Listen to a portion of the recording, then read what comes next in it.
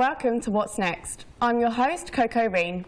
This week's show is extra special as not only is it our November episode, it is also the last What's Next show of the semester. Coming up on the show, we have an interview with Anthony Lucisano of the Beard Appreciation Society on their work throughout the month and more. Following that, we're going to have a chat with John McDermott, after which he's going to play the show out. And lastly on the show, we'll be talking to Dave Morgan, who will be talking to us about his new society, the Doctor Who Society. First up, though, we have Will Hammond with the latest film news.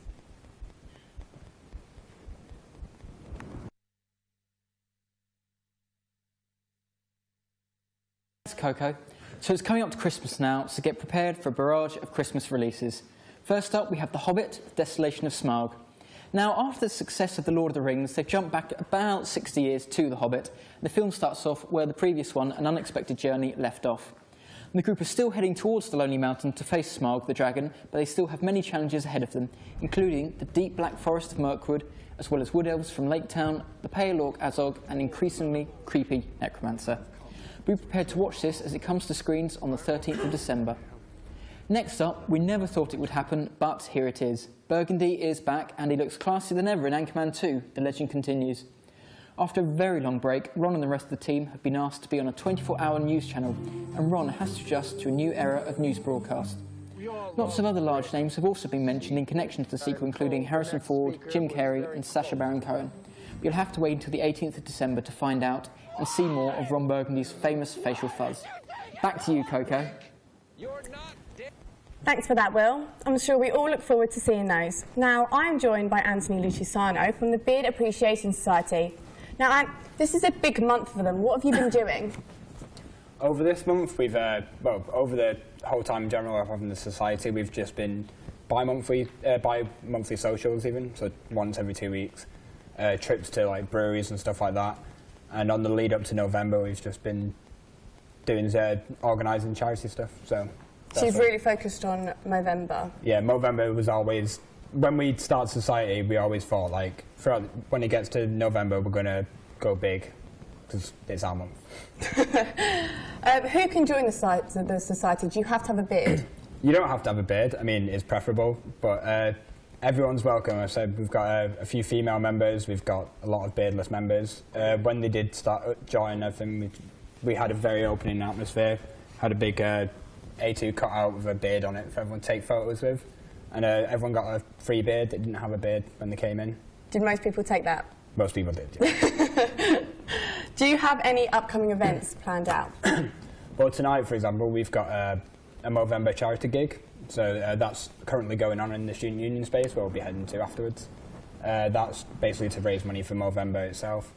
Last week, well, the week just gone, we've had a charity quiz, which raised quite a bit of money as well, and that's leading up to, it's a three-part kind of event. So on Friday we've got gladiator wrestling, big blow-up suits, followed by mustache styling later in the evening. That's prizes galore for that, so just hopefully to raise more money. That's brilliant. Hopefully you will raise lots of money for the charity. It'll be fun. We look forward to seeing more from the Beard Appreciation Society in the new year. Okay, so now we're heading back to Will for some game news. So, how can we talk about games without talking about the consoles to play them on? And the perfect time to do so is in the middle of the new releases. Now, we're not going to get in a big debate over the best console, you know, Xbox One, PS4, that's up to you, the fans. But there are fair points to buying each console. First up, we have the recently released Xbox One, which has already doubled the sales from the release of the Xbox 360. Despite it being larger than its predecessor, it is also a surprisingly amount quieter. It also makes major use of the Kinect, with a new level of interaction with the console itself. And its competitor, the PS4, is released on the 29th of November, which is actually this Friday. And at £349, it is £80 cheaper than the rival Xbox One. The controller has also been revamped with a touchscreen, LED panel for multiplayer and more. And it's even involved in the social network by adding a share button to the controller, as well as many other features. Now it's up to you guys to decide which one you're going to go for. And moving on to more news, an interesting website has been released which points towards the release of a familiar title for many gamers. The vault is opened once again for the new Fallout 4. If you check the page, thesurvivor2299.com, you can see the gradual release of more and more information. Nuclear Winter is coming soon, as the page now states, and fans are going frantic. Many have decrypted different things from the website, including a phone number which linked to a music track from Fallout 3 and unfortunately is now no longer available, and a code which mentioned an area from the previous game. All in all, be ready for more news on this. So we'll head back to Coco. Some pretty interesting stuff there, Will. I'm guessing we've got a lot more to be prepared for. So with us today, we have John McDermott. So John, what kind of music do you play? Really, it's a weird mix of genres. I tried to make one myself. I'm trying to coin one for call it gritty country, but essentially it's just folk music. It's just been stripped down. It's proper raw. It's just guitar, big vocals, and maybe essentially sometimes some tambourine if I get bored. What do you look for inspiration?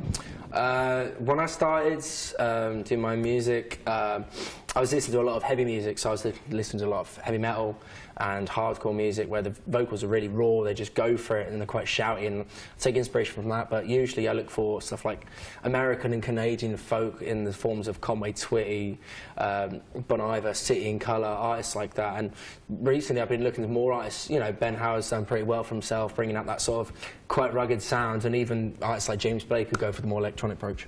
So when you listen to these people, do you take the lyrics from them or do you see it as a whole package?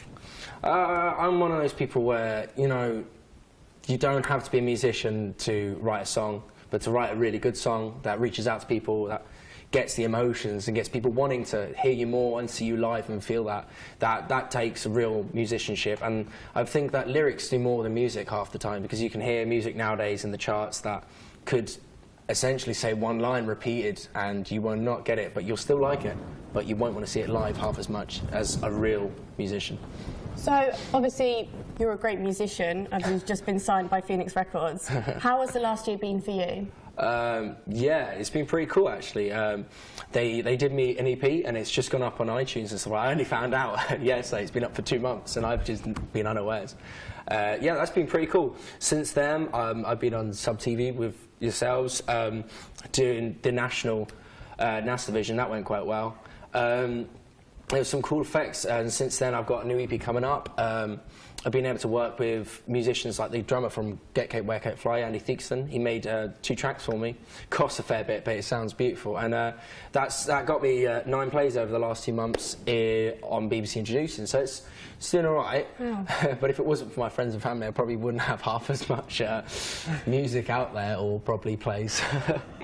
What are you thinking of doing in future in terms of songs and albums? Have you got anything lined up? Luckily, it was my birthday. I'm not going to say how old because he'll probably think I'm a bit too young for that. But yeah, my dad got me a harmonics pedal, which is pretty cool. Not really used it before, and so I'm going to look for more electronic approach and try and tour more and meet some new musicians. Maybe travel America, find some new sounds. Other than your touring, have you got any other upcoming events? I'm playing the Movember gig after this. Apart from that, I've got a few shows in Liverpool, and I look at a few shows back in Stafford and stuff like maybe back home. And Phoenix are looking to get me a few festival appearances, so fingers crossed I might actually come out of this. That's brilliant. Fantastic. Well, we'll be seeing more of you later in the show. But first, let's go back to Will with the latest on everything music.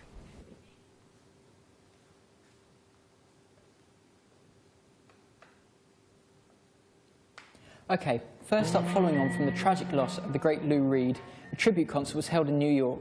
The concert, which was named Last Great American Whale, a concert in memory of Lou Reed, contained a wide number of eclectic artists who wanted to pay their respects to the artist. Many artists have also shown their sentiments globally, including David Bowie, Iggy Pop, Kate Nash, the Pixies, and far too many more to mention. In other news, the Beastie Boys have recently come into the public eye after being sued due to inquiring about the use of their song in an advert for Goldie Blox's new toy, which encourages engineering for girls. Although the band are in favour of breaking down gender barriers, they were against the use of their songs for advertising purposes, which they had agreed on long ago. The band were then sued by Goldie Blox, but have since won the legal battle, and Goldie Blox have uploaded a new advert to their site with a different song and have also sent a letter of apology to the Beastie Boys. Tom York of Radiohead fame has stated that he would also be upset if he were in the Beastie Boys' position. It's back to Coco. Thanks once again, Will. And joining us now, we have Dave Morgan. Now, I bet this feels weird, being on the other side of the interview. So tell us about your new society. Well, we're still in the first stages of setting it up, but very soon Stafford is going to have its very own Doctor Who society. So that's going to be interesting, to say the least. Very exciting for Whovians out there. Yeah. How many members are you hoping to gather? Anything really. As long as we get a fair few come along to each meeting. An ideal number would be about 20 to 30 people for every meeting, but anyone's welcome. So, has it been easy trying to find people who love Doctor Who, or is it quite difficult? Well, a few of my friends like it, so apart from them, I didn't realise there was that many people here that actually liked it. But we did a screening the other week on the 23rd of the 50th special in this studio, and we had 70 people turn up. Wow. So, yeah, I was quite impressed with the numbers that showed. So it was a positive result then? Yeah, definitely. Everybody seemed to be having fun and enjoying the episode, so... That's good. What in particular did you like about the special show? There's one scene that always stands out for me. It's the scene in the forest with the brainy specs, with the 10th and 11th Doctor. They've both got them on in there, like, oh, brainy specs. So that always stands out to me. So that's probably my favourite scene, I think. Oh, that's wicked.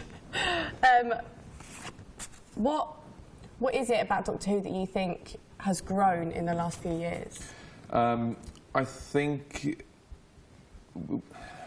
when it first started to air, like the first 8 Doctors, I think it was very educational, a bit too educational, but since it's been brought back by RTD and Moffat, it's become a lot darker and a lot more adult. It's still got the good old childish themes that it had previously, but it's brought a whole new audience to Doctor Who, and you've still got the old fans from the classic series that still adore it. So you've got the younger generation and the older generation all watching the same show now and talking to each other and just enjoying the show all together, really. So I think that the writing is the main thing that's made it so big. As a society, have you got any planned events for the future? We're hoping to do screenings of every new episode that's coming out. Hopefully we're going to be screening the Sherlock episodes as well, because I know there's a lot of people down here that like that as well. But they're the only ones we've got locked in at the minute. Hopefully we'll be going to some conventions soon and things like that, really. So, is there a place that people can go if they're interested in the society to find out more? We've created a Facebook group, the name of which I can't remember right now, but it'll be along the lines of Doctor Who. Yeah, something like that. I'll put it up on my Facebook and things like that. So yeah, people can find it. Hopefully you get some Whovians. Yes, that would be good. Well, as the Ninth would say, that is fantastic. We'd love to see how your society flourishes. Now, unfortunately, that is the end of the show, and that's the last What's Next for the year. But keep your eyes peeled for other shows before the year's end, and we'll be back in the new year. If you'd like to get some exposure for your society, or would just like to get involved, please contact us either through our Twitter @StaffsTV or through our Facebook page. Now, to end the show, we have John playing us out.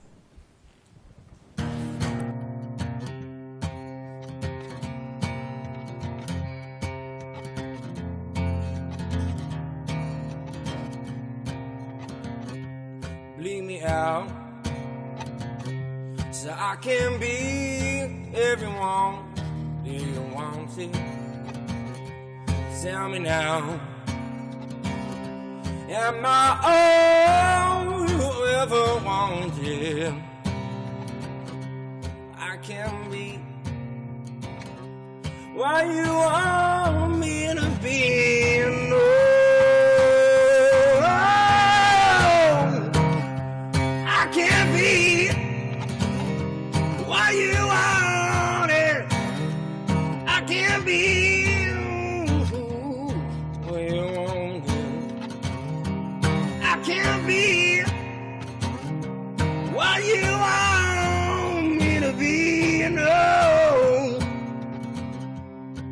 No.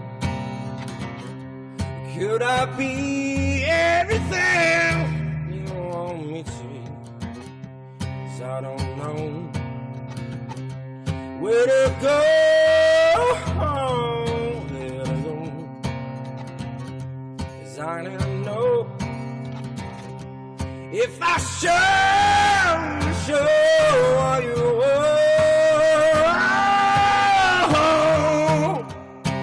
I can be what you want me to be. No, I can be what you want. You've been telling me for months that I always give you trouble, but is it enough to tell me now? 1, 2, 3, kill me. Oh no!